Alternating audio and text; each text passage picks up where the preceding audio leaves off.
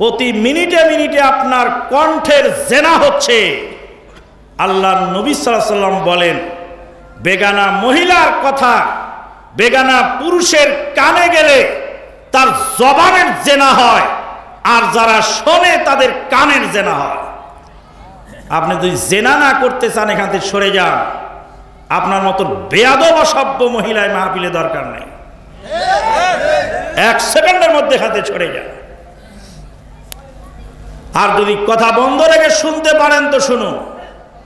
আল্লাহর নবী সাল্লাম বলছেন, আদম সন্তানের প্রত্যেক অঙ্গ প্রত্যঙ্গ জেনায় লিপ্ত হয়।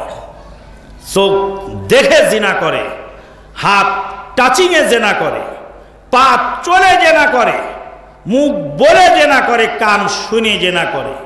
ওয়াল ফারাজু ইউসাদ্দিকুহু আও ইউকাযযিবুহু।